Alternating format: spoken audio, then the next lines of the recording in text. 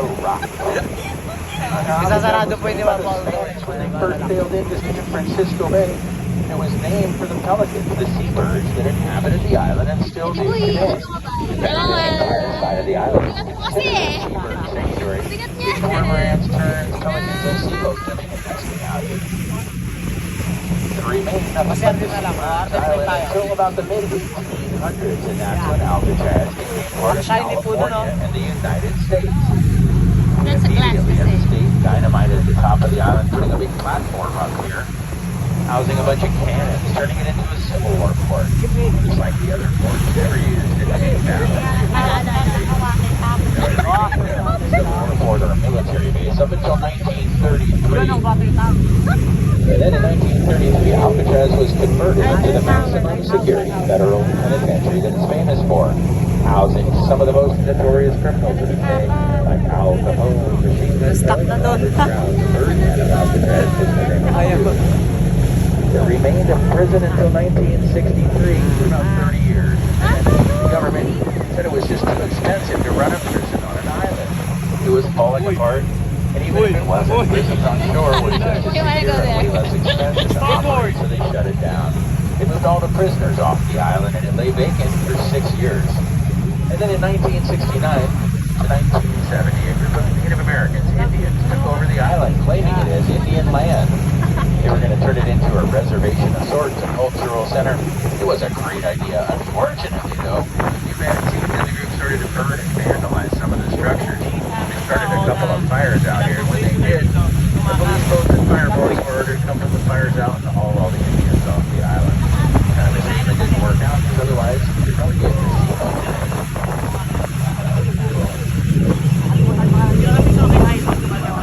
The Park Service took it over and they hit the jackpot because the San Francisco's top tourist attraction. 5,000 people a day come out here, and it books up way in advance.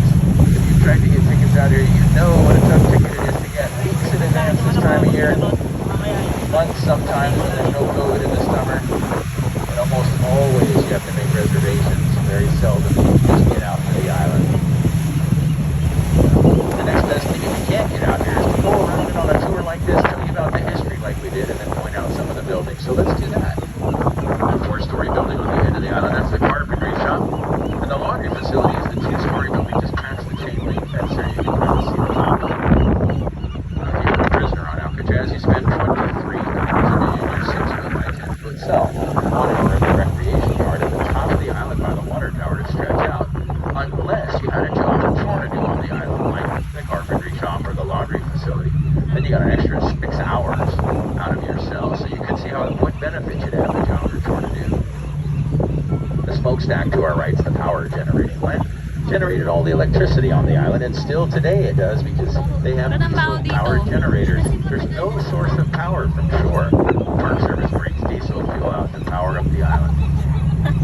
That 3-story building that says Indians land on it, connected to it was the island's bakery, food prep, and storage area. And then just above it, you can start to make out the water tower.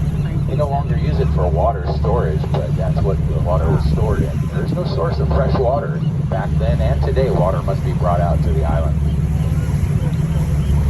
The main cell block, that's the largest building on the top of the island. It had 360 individual cells in there that measured 6 feet by 10 feet. It was designed to have 1 prisoner in each cell, but they never did fill it. Maximum occupancy out here was only ever about 275 inmates. On the waterfront there, the building without a roof burned down during that short Indian occupation. That was the PX, or the rec area for guards and their families. 70 guards and their families lived out here. They lived in the 4-story building next to the modern dock. Up ahead of us, the 2nd largest building on the island.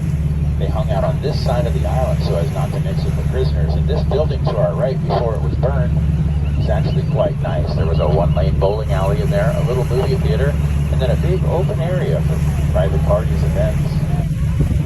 And it was a part of the schoolhouse. If you were a child of the guards, you went to school on Alcatraz until you reached high school age, and then you took a boat to high schools in the city of San Francisco every day. Next in line, the building sloping towards us with the seagulls on the roof, was the electrical storage shed and workshop. And almost connected to it, that white building with the archways, that's the Sally Port. The Sally Port's a fancy name for a heavily fortified gate. You can see the slits in the wall that's how you got on and off the island. They could lift it up, so let's prevent a fast boat from coming in. And there's a light there. Ha? Kaya nga yung sinabi niya Just kayo above the modern dock, Pwede pumasok. four-story building where the guards and their families live. You can see that dirt-down building up at the top there without a roof. That was the warden's residence. Now, it was said by the warden that they kept the prisoners on Alcatraz very well fed, fat, and happy, in hopes that they would not try to escape. But in spite of that, there were still 30 prisoners involved in 17 different attempts to break off the island. So meron pa rin. 7 were shot and killed, a couple drowned, and all the rest were recovered. However, in 1962, a few years before Alcatraz closed as a prison, and probably part of the reason why it did, Frank Morris and the England brothers, a group of 3 United prisoners, Indian Front. using spoons from the cafeteria, slowly chipped away at their cell block walls right around their vents. They hid their progress. It took up much to do, but eventually they made holes large enough to get out. They entered the water one night together right here at the dock and swam behind us to Angel Island, about a mile and a half away. They know they went to Angel Island because they found some belongings of theirs on the beach.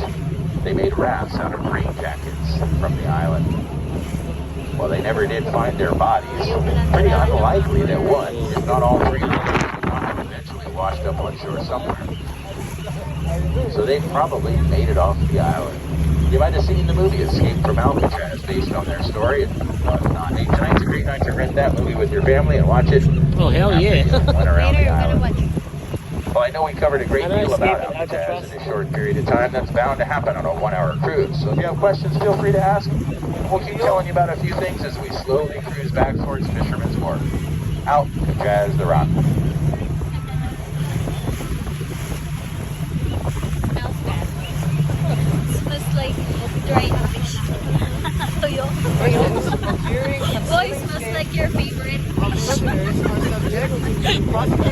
Favorite toyo.